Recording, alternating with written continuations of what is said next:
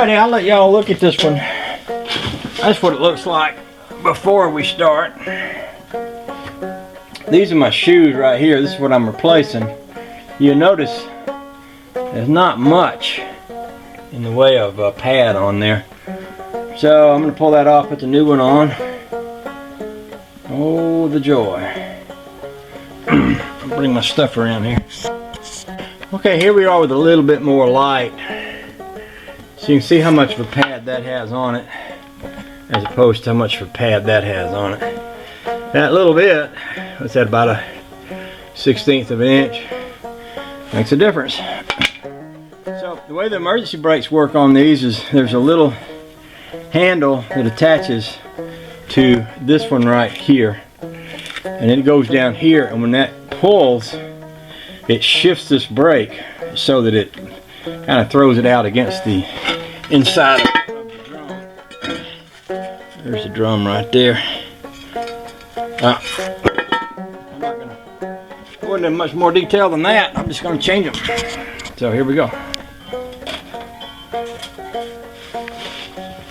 Okay, so I'll talk y'all through a little bit of what I'm doing here. First thing I'm going to do is pop these springs off. This is a handy dandy tool the cutworm gave me.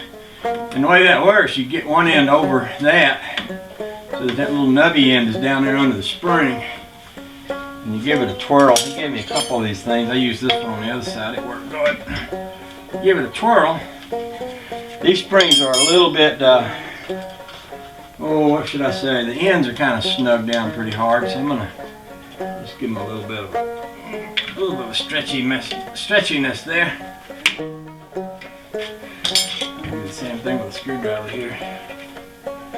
I never used any real brake tools before. Before Cutworm gave me these, I always did this with a hammer and a screwdriver and a pair of pliers. That's pretty much all I had to work with. These are nice. I mean, they do make it a lot easier.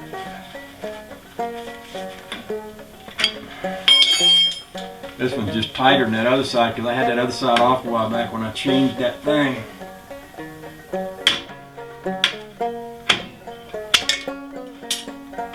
See, that didn't want to come off real easy.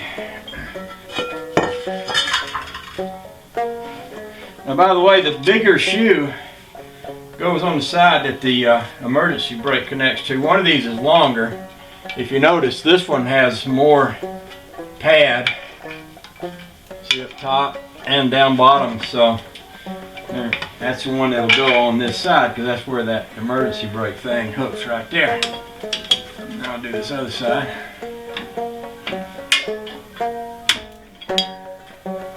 And that spring goes on this side.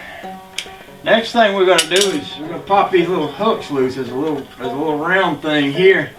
You get your tool on it. I always just do this with a pair of pliers, but you get your tool on there and you press it and turn it. When you turn it, it's got a oblong, it's got a pin in there, and it's got a notch that matches the head of that pin. When you turn it to the right spot, that thing will pop out. You can't much see it, but it looks about like that. Looks like a washer with a funny looking hole in the end of it. If you get that off, you get that off. Not all cars has got that, but this one has this little extra one on the inside. I've seen a lot of them that didn't have that. I don't know if they got lost along the way or if they just didn't have them. But this one has one of those little lockers on both ends, which is good in a way, because when you put your those little pins which look like nails with a flat head, when you put them back on there, that little locker kind of holds them in place while you're getting the spring on there. I'm going to leave my pin right in there. I'll swap my light around to this side. And we'll loosen this one. I don't know, maybe y'all can see that, maybe you can't. But generally I put my finger on the back side and hold the pin while I turn that, and then that just comes right off with the spring. Put that in there, we'll put that in there, and we'll take this little extra piece off and set it in there too.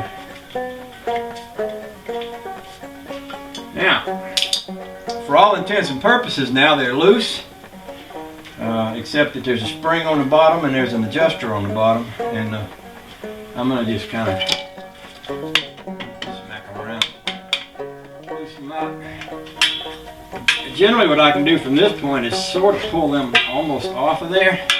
I don't want to pull the rod out of this cylinder, this brake cylinder. By the way, I've got another brake cylinder. I bought a pair for this thing, so if this one shows any signs of being bad or going bad or goes bad, I can replace that pretty easily.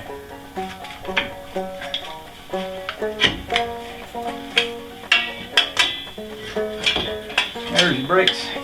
And this is the little thing, if you can see that, that's the little thing in the back that works the emergency brakes. There's a cable that runs up through here, and up through that cable it goes up under the dash to that handle that you pull out. And from here, we can pop this spring off. This holds that there. And adjuster, which is this thing, which is not free. What I mean by that is this is supposed to turn freely. It's not turning at all, so that's going to need to be loosened up. That's not unusual for them things to be stuck. And the other thing that needs to happen is I need to unhook this little thing right here. And what worked best a while ago is just to get a screwdriver up in the top side of this and get up under that and kind of pull it out that way. And then we rebend it and we put it back. So it's not real springy like a C-clamp necessarily, but when we put it back, I take my little needle nose, pointy nose pliers and rebend that a little. I'll get that off from there.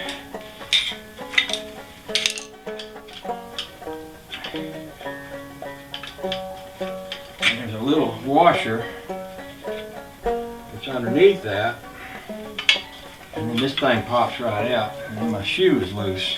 My brake shoe is loose. Okay, so what was it we were talking about? Oh, the adjuster. I got to loosen that adjuster up. That's going to involve getting me some oil and stuff and freeing that up. So I'll put y'all on stop.